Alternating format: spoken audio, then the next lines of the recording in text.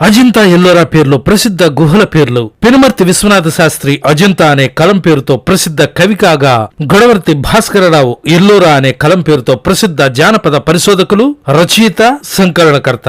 అలవోకగా పామరుల గొంతుకులో నుంచి వెలువడి గేయంగా రూపుదిద్దుకుని మౌఖికంగా ప్రజల నోళ్లలో నానుతూ వ్యాప్తి చెందినవే జానపద గేయాలు. తాను పిల్లవాడిగా ఉండగా తన తల్లి తెల్లవారుజామునే జానపద గేయాలు పాడడం తనపై ప్రభావం చూపి జానపద సాహిత్య పరిశోధనలో ఆసక్తిని కనబరిచేలా చేసిందంటారు ఎల్లోరా.